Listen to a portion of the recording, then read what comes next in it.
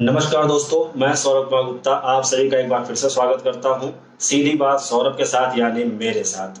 रोजाना की तरह हम आपके साथ शाम 5 बजे जुड़ते हैं, लेकिन किंचित कारणों की वजह से निर्मला सीतारमण 20 करोड़ के आर्थिक पैकेज पे जो आर्थिक पैकेज दिया गया रहा उसको लेकर के ऐलान कर रही थी, तो उनका प्रेस कॉन्फ्रेंस तकरीबन 4 बजे से लेकर के 5:30 बजे तक चला, जिसकी वजह से हमें अभी थोड़ी देर लगा आपके साथ जुड़ने में। खैर देर हुई है, लेकिन आपके साथ हम पूरी तरीके से जुड़ेंगे और आपके साथ चर्चा भी करेंगे कि आखिर निर्मला सीतारमण ने बजट में क्या कुछ दिया है, उसको लेकर के आपके साथ जुड़ेंगे। तो सबसे पहले हम आपसे बात करेंगे कोरोना को लेकर के अपडेट की। तो कोरोना को लेकर के अपडेट क्या है उसको जान लेते हैं सबसे पहले। उससे पहले आप लोगों से जानना चाहूंगा कि आप लोगों ने बजट सुना, आप लोगों को क्या लगा इस बजट में। बजट ही कह सकते हैं इसको, आर्थिक पैकेज थी, आर्थिक राहत पैकेज थे, लेकिन 3 दिनों तक तकरीबन 4.5 घंटे के मीडिया डिस्क्रिप्शन के साथ में, मीडिया में प्रेस रिलीज करने के साथ में तकरीबन 4.5 घंटे की इनकी मीडिया ब्रीफिंग रही, तो उसको एक बजट की तरह ही देखा जा सकता है। तो इसको बजट कहना कहीं से भी पूरी तरह से गलत नहीं होगा। अब आपके साथ मैं रोजाना जुड़ता हूं खबरों को लेकर के। आज की खबर पहले सबसे बात करें कोरोना की अपडेट को लेकर के। तो कोरोना की अपडेट कुछ इस तरीके से है कि विश्व में 44 लाख का आंकड़ा पार कर चुका है कोरोना। वहीं पर देश में 81,000 का आंकड़ा पार कर चुका है। पिछले 24 घंटे की बात करें तो यहाँ पर आंकड़ा लगातार 4,000 एक दिन में आंकड़ा बढ़ा है। तो ये आपके लिए बड़ी खबर है, इसको लेकर के आपके साथ मैं हमेशा जुड़ता रहा हूं और हमेशा जुड़ता रहूंगा। बीच में जो दर्शक अभी थोड़ी तकनीकी में दिक्कत है, उस तकनीक को हम दूर कर रहे हैं और जल्दी ही उसको हम दूर भी कर लेंगे। तो आपके साथ अब कोरोना अपडेट हमने आपको बता दिया कि विश्व की जो कोरोना की आंकड़े हैं वो 44 लाख कन्फर्म केस हो चुके हैं, जिसमें 15 लाख रिकवर हो। बीच में कोई टेक्निकल फॉल्ट आने की वजह से हमें आपके साथ बीच में डिस्कनेक्ट हो जाना,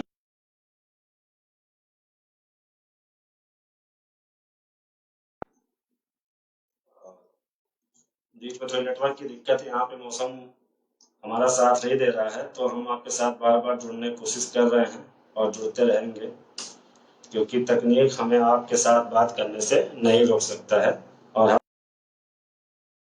हम आपके साथ जुड़ेंगे और आपके साथ चर्चा में हिस्सा भी लेंगे।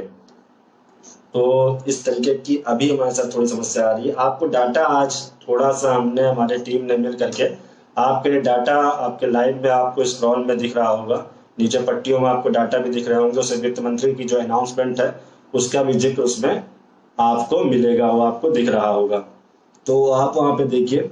और हम बात करेंगे कि आर्थिक पैकेज में आप सभी को और हम लोगों को क्या मिला है।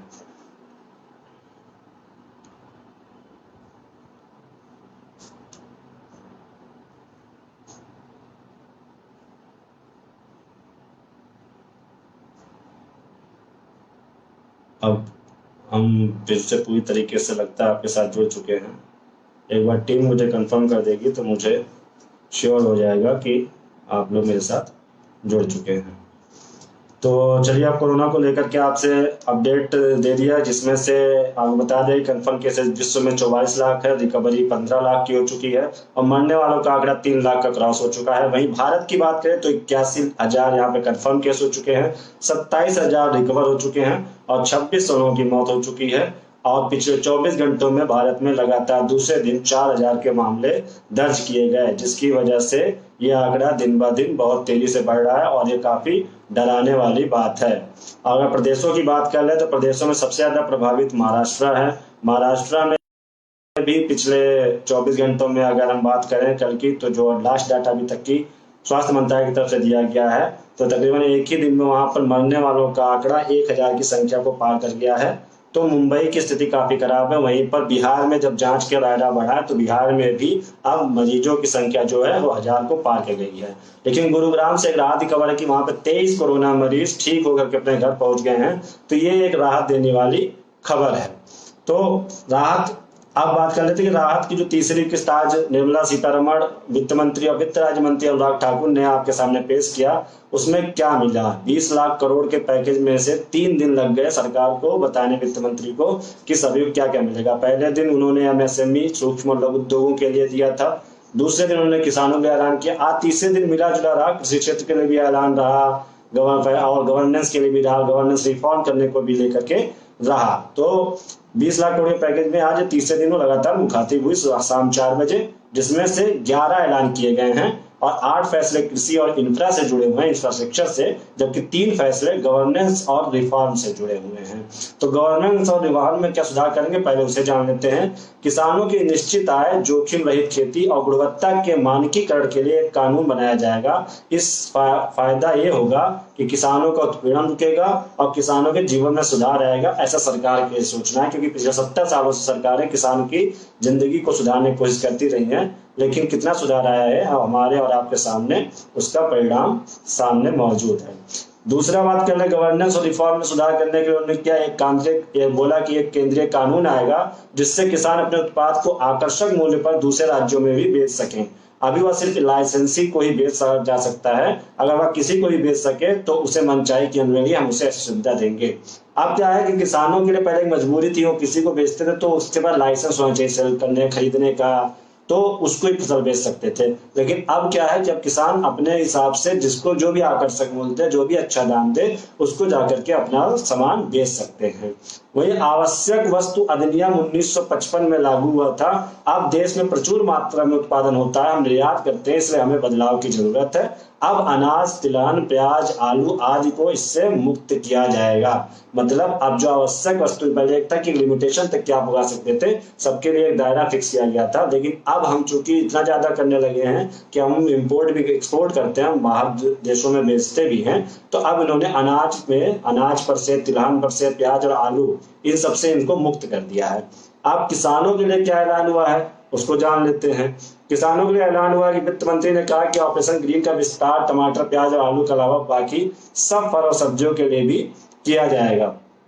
तो इस तरीके से निर्मला सीतारमण की तरफ से ऐलान लगातार तीसरे दिन किया गया, जिसमें काफी कुछ राहत की खबर मिली है। दूसरी खबर है कि यहाँ पर वित्त मंत्री ने कहा कि मधुमक्खी पालन के लिए 500 करोड़ रुपए की सहायता दी जाएगी। आज मधुमक्खी पालन को भी बढ़ावा दिया, जिससे 500 करोड़ रुपए देने का ऐलान किया है। इससे मधुमक्खी पालन के लिए आधारभूत संरचना का निर्माण किया जाएगा। इससे 2 लाख पालकों की आय बढ़ेगी, जो हर साल सरकार इस तरीके से बजट में भी ऐलान करती आई है।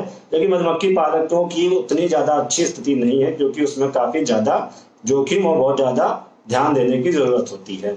दूसरी बात जो किसानों ने की कि वित्त मंत्री ने कहा कि हर्बल पौधों के उत्पादन को बढ़ावा देने के लिए 4000 करोड़ रुपए दिए जाएंगे। इन पौधों की ग्लोबल डिमांड है, लगभग 10 लाख हेक्टेयर में हर्बल प्रोडक्ट की खेती होगी। इससे 5000 करोड़ की आय किसानों को होगी। गंगा के किनारे 800 हेक्टेयर भूमि पर हर्बल प्रोडक्ट के लिए कॉरिडोर बनाया जाएगा। यह एक अच्छा फैसला लग रहा है, जिससे कि हर्बल प्रोडक्ट्स को बढ़ावा मिलेगा और हर्बल प्रोडक्ट्स की काफी ज्यादा डिमांड है, जिसकी वजह से सरकार का फैसला लेना भी किसानों के हित में जा सकता है। भविष्य में इसका फायदा मिल सकता है। वित्त मंत्री ने कहा है कि animal husbandry infrastructure development fund में 15,000 करोड़ रुपए का प्रावधान किया गया है। दूध उत्पादन वैल्यू एडिशन के लिए खर्च किए जाएंगे। वहीं वित्त मंत्री ने भी कहा कि 53 करोड़ पशुओं के टीकाकरण की योजना लेकर आए हैं। इसमें लगभग 13,343 करोड़ रुपए खर्च होंगे। खर्चे की आप देख ही रहे हैं कि कितना ज्यादा मात्रा में पैसों को खर्च किया जा रहा है। वित्त मंत्री ने कहा है कि 20,000 करोड़ रुपए की प्रधानमंत्री मत्स्य संपदा योजना, जिसकी घोषणा बजट में की गई थी, कोरोना की वजह से तत्काल लागू किया जा रहा है। इसमें समुद्री और अंतर्देशीय मत्स्य पालन के लिए और 9,000 करोड़ रुपए इंफ्रास्ट्रक्चर के विकास के में लगाया जाएगा। मछुआरों को नौकरियां दी जाएंगी, 55 लाख रोजगार मिलेगा। इससे भारत का निर्यात दोगुना बढ़कर 1 लाख करोड़ रुपए हो जाएगा। अगले 5 साल में हम 70 लाख टन अतिरिक्त मत्स्य उत्पादन कर लेंगे। ये सरकार का सोचना है, हकीकत क्या होता है ये कुछ दिनों में सामने आ जाएगा।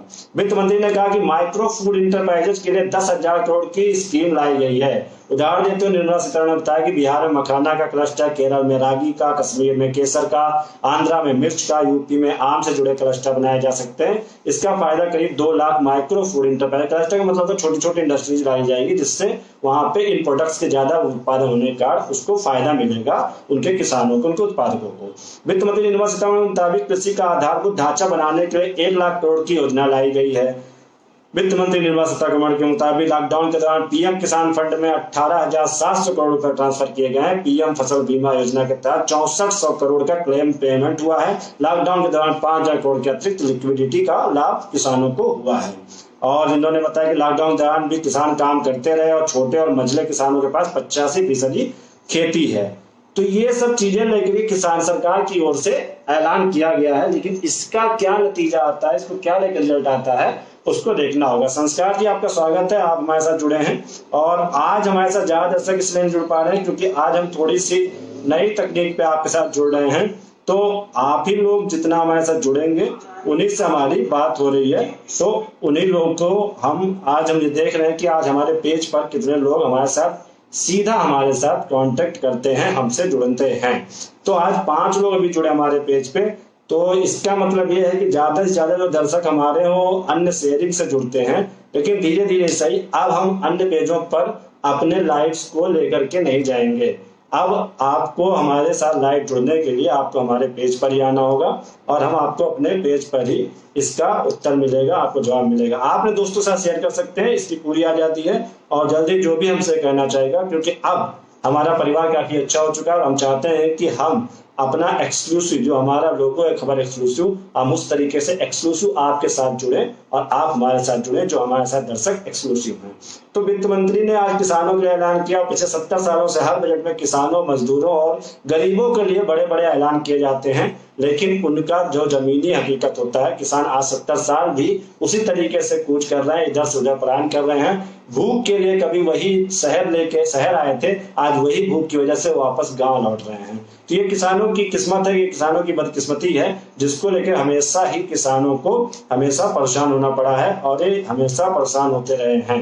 तो ये थोड़ी सी समस्या का विषय है कि क्या किसानों के लिए जो ऐलान किया सरकारें हमेशा अब तक ऐलान करती आई हैं, आखिर उसका लाभ किसानों तक क्यों नहीं पहुंच पाता है। उसके लिए कहीं ना कहीं बीच में जो सरकार से शुरू होकर के आखिरी किसान तक की जो पहुंचते हैं, उनके बीच का जो कनेक्शन है, उनको देखा जाए तो बीच में कमीशन खोरी और इन सबको लेकर, भ्रष्टाचार को लेकर के वो काफी ज्यादा मुश्किलें आती हैं। लेकिन अब थोड़ा सा बदलाव हुआ है, जब से मोदी सरकार पिछले 6 सालों में आई है तो काफी कुछ ऑनलाइन किया गया है, जिससे बीच की कड़ियां खत्म हो गई हैं। अब क्या है कि अगर केंद्र सरकार पैसा रिलीज करती है तो किसानों के जनधन खाते में सीधा चला जाता है, सीधा ट्रांसफर चला जाता है। अब आपने जनधन खाते की समस्या है, तो अगर जनधन खाते नहीं है तो जनधन खाते खुलवा ले किसान, ताकि चूंकि अगर सरकार आपको फायदे जनधन खातों के थ्रू दे रही है, आप पर डायरेक्ट आ रही है, आपको किसी लेखपाल के पास, किसी ग्राम सेवक के पास, किसी अपने और अधिकारी के पास आपको नहीं जाना है, तो आपको थोड़ा सा कष्ट उठा करके जाकर खाते खुलवा लेने चाहिए, तो ताकि आपको भी इसका लाभ मिले और लोग इससे आपको प्रभावित भी होते रहेंगे। तो आपको फायदा डायरेक्ट मिलेगा। सरकारें आप जो भी फायदा दे रही है वो सीधा जनधन खाते में आपके पहुंचा करके दे रही है। और जनधन खाता अगर आपके घर में महिलाओं के नाम से होगा तो उसका आपको ज्यादा से ज्यादा लाभ मिलेगा, क्योंकि यूपी सरकार ने अभी जो पैसे राहत के लिए डाले थे उसमें महिलाओं के लिए 500 रुपए हर महिला को खाते में उसके ट्रांसफर किया गया था, जिसके लिए आप बैंकों के बाहर लंबी लंबी कतार देख रहे हैं। तो दोस्तों, ये तो हुई बात आज बजट की लेकर के कि आज जो निर्मला सीतारमण ने राहत पैकेज का जो बताया है उसको लेकर बात करी। अन्य बातों कर ले तो आज खबरों को देखी जाए तो लगातार टीवी चैनल्स को आप देख रहे हैं, तो थोड़ा सा हम टीवी चैनल्स के भी पोस्टमार्टम कर लेते हैं।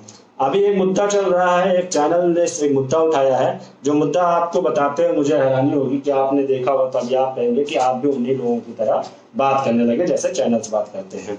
तो वहां पे एक मुद्दा उठाया बंगाल में, वहां पर हुगली के आसपास में कुछ जगहों पर एक खबर, एक चैनल ने खबर चलाई है जिस पर काफी लंबा डिस्कशन हुआ, जो कि 40 से 50 हिंदू परिवार बंगाल से पलायन कर रहे हैं। अब इस खबर में हकीकत कितनी, क्योंकि पर्टिकुलर चैनल हर चैनल एक नई नई टॉपिक उठाते हैं, उस पर चिल्लाते हुए इंसाफ दिलाएंगे, ये करेंगे वो करेंगे। 4 दिन से मामला चल रहा था। 4 दिन बाद जब उनको लगा कि इससे उनको टीआरपी मिल सकती है तो उन्होंने चैनल में मुद्दा उठाया और चिल्ला करके इस पर डिबेट शुरू कर दी। और उसमें जो होता है कि 4 हिंदू बैठा लिए, 2 मुस्लिम बैठा लिया, उस तरीके से डिबेट करने लगे। तो इस तरीके का माहौल है चैनल्स में, जिस तरीके के लोगों में वैमनस्यता फैले, असहिष्णुता फैले, उसको फैलाने की कोशिश की जाती है। अब ये एंकर्स आपको क्या करते हैं कि आपको डाइवर्ट करते हैं, आप वो इस तरीके से बात करते हैं कि बाहर खड़ा जो जनता, बाहर जो खड़ी पब्लिक है वो थोड़ा सा गुस्से में आ जाएगी और वो फिर से कोई नया एक्शन करेगी। एंकरिंग का मतलब रिपोर्टर्स और जर्नलिस्ट का जो कायदे से मतलब होता है, उसका मतलब होता है कि समाज को अच्छी विचार देना, अच्छी सोच प्रदान करना, ना कि समाज में वैमनस्यता फैलाना। वैसे पत्रकारों का काम है कि जो जैसी चीजें हैं वैसे आपको प्रेजेंट किया जाए। जनता का काम है कि उसको जस्टिफाई करना कि वो सही है या गलत है। इस तरीके से जब रिपोर्टर और जर्नलिस्ट अपने आप को जज समझ लेते हैं, अपने हिसाब से फैसला देने लगते हैं, तो और पूछते भी हैं लेकिन वो अपना फैसला सुना रहे होते हैं, अपना फैसला जनता पर थोप रहे होते हैं, तो कहीं ना कहीं आपको वो परेशान करने का सबब बन जाता है। तो इसको लेकर के परेशानी का विषय काफी ज्यादा हो जाता है। थोड़ी सी हमारे साथ में थोड़ी सी कन्वर्सेशन में प्रॉब्लम आ रही है, हम धीरे धीरे इसको दूर करेंगे, लेकिन हम रेगुलरिटी में हम आपके साथ इसी तरीके से जुड़ते रहेंगे ताकि आप और हमारा संवाद थोड़ा अच्छे तरीके से हो। इसको और बेहतर करेंगे दिन ब दिन आप और हम मिल करके, तो और बेहतर तरीके से आपका हमारा जुड़ाव होगा। अब आपकी जानकारी के लिए हमने नीचे अपनी खबरों की, जो आपके आज दिन भर की खबरें हैं, आप उसको स्क्रॉल में पढ़ सकते हैं। हम धीरे धीरे कोशिश करेंगे आपके लिए ब्रेकिंग्स भी दें कि रैंडमली पास कोई खबर है तो खबर भी आपके पास तुरंत पहुंच जाए। पाकिस्तान की तरफ से पीओके में जो भारत ने पीओके कुछ लोकेशंस का मैप दिखाया था, नक्शा ने मौसम विभाग ने मौसम दिखाया था। उसके बाद से पीओके के जो राजा हैदर हैं वो पागल हो गए और उन्होंने पाकिस्तान के इमरान खान को गुहार ली कि आप अगर बात करते हैं भारत पे हमला नहीं करते, इस तरीके से बर्दाश्त नहीं करेंगे, आप भारत पे हमला कीजिए। उन्होंने पीओके को अपना हिस्सा कैसे दिखा दिया। तो ये थोड़ा सा विवाद है, ये सब चीजें लेकर के, ये सरकारी कामकाज है, सरकार की तंत्र है। हो सकता है सरकार कोई प्लान हो, जब होगा तो उस पर बात करेंगे उस वक्त में। लेकिन जो जैसा है, हमारा कहने का मतलब है, जैसे जब आपके पास इतना बड़ा देश है तो हम पाकिस्तान की तरह हरकतें ना करें जैसे पाकिस्तान करता है।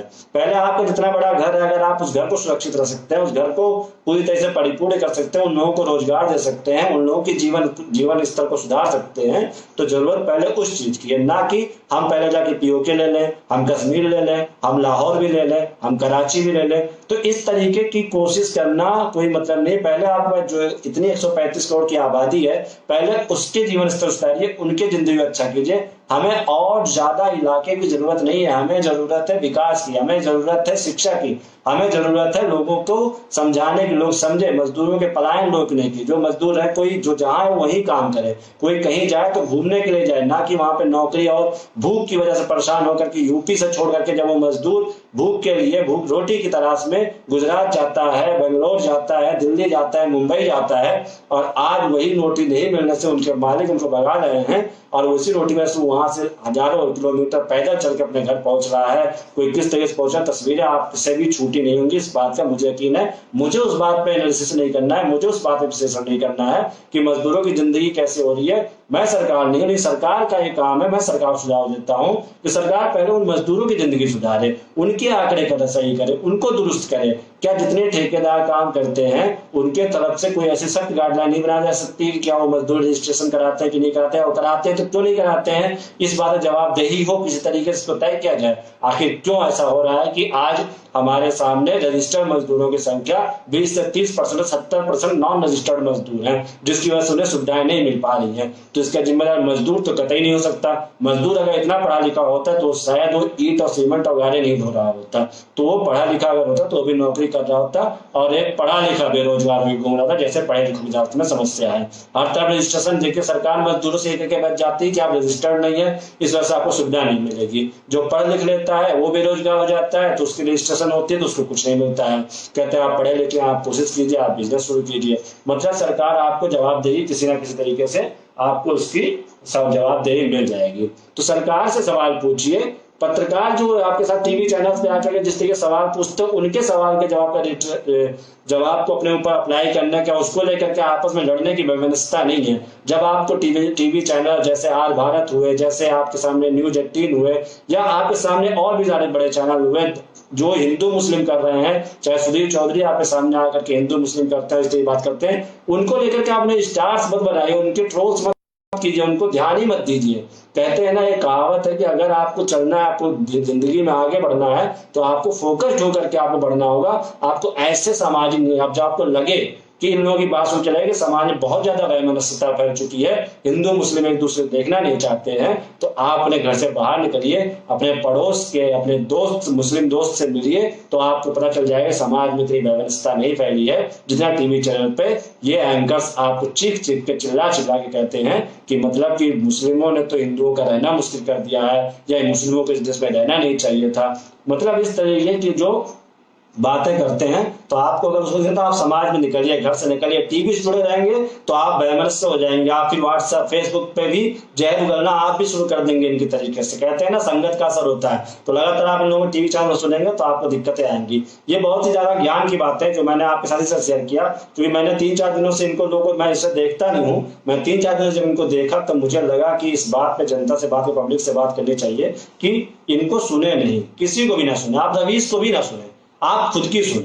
आपको क्या लगता है, आप अपने समाज में निकलते हैं तो आपको क्या दिखाई देता है? आप बंगाल तो नहीं जा रहे हैं, बंगाल की बात आपको तो उन्होंने बता दी कि ऐसा माहौल है, तो आपका कभी बंगाल में जाने से पहले उससे जाने की क्या माहौल है वहां पे। उसके बाद में हर धर्म में, हर जाति में, हर इंसान, कोई बुरा हो सकता है, कोई अच्छा हो सकता है, उसके धर्म को लेने की जरूरत नहीं है। तो ये वैमनस्यता फैलाने, अगर आपको राजनीति करना है तो आप इसमें आकर के काम कर सकते हैं।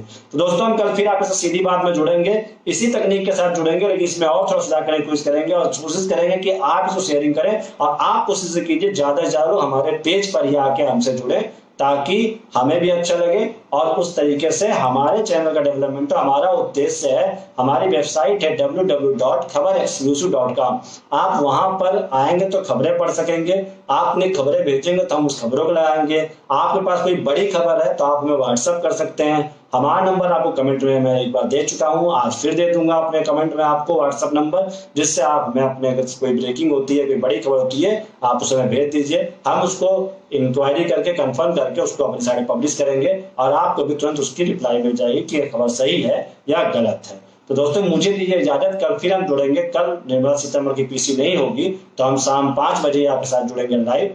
तो तब तक के लिए दीजिए मुझे इजाजत और अपने साथ और लोगों को खबर एक्सक्लूसिव पेज के साथ जोड़ते रहिए, ताकि ये परिवार और बड़ा हो सके, ताकि और लोग भी हमारे साथ अच्छे जुड़ सके। तो इसी वादे के साथ आपके साथ मैं वादा करता हूँ, मैं रोजाना 5 बजे आऊंगा और धीरे धीरे इससे बढ़ूंगा। आप मुझसे एक वादा कीजिए कि आप और लोगों को खबर एक्सक्लूसिव के पेज पर डायरेक्टली लाइव लेके आने की कोशिश करेंगे, जिससे कि हमें भी अच्छा लगे और सवालों का इंटरेक्शन ज्यादा अच्छा हो सके। क्योंकि ग्रुप शेयर्स पे क्या होता है कि वहां पे हमसे बातें होती हैं, व्यूज अच्छे आते हैं, लेकिन उससे हमारी चर्चाएं अच्छी नहीं होती है। हमारा मकसद हजारों करोड़ों लाखों लोगों को दिखानी है, हमारा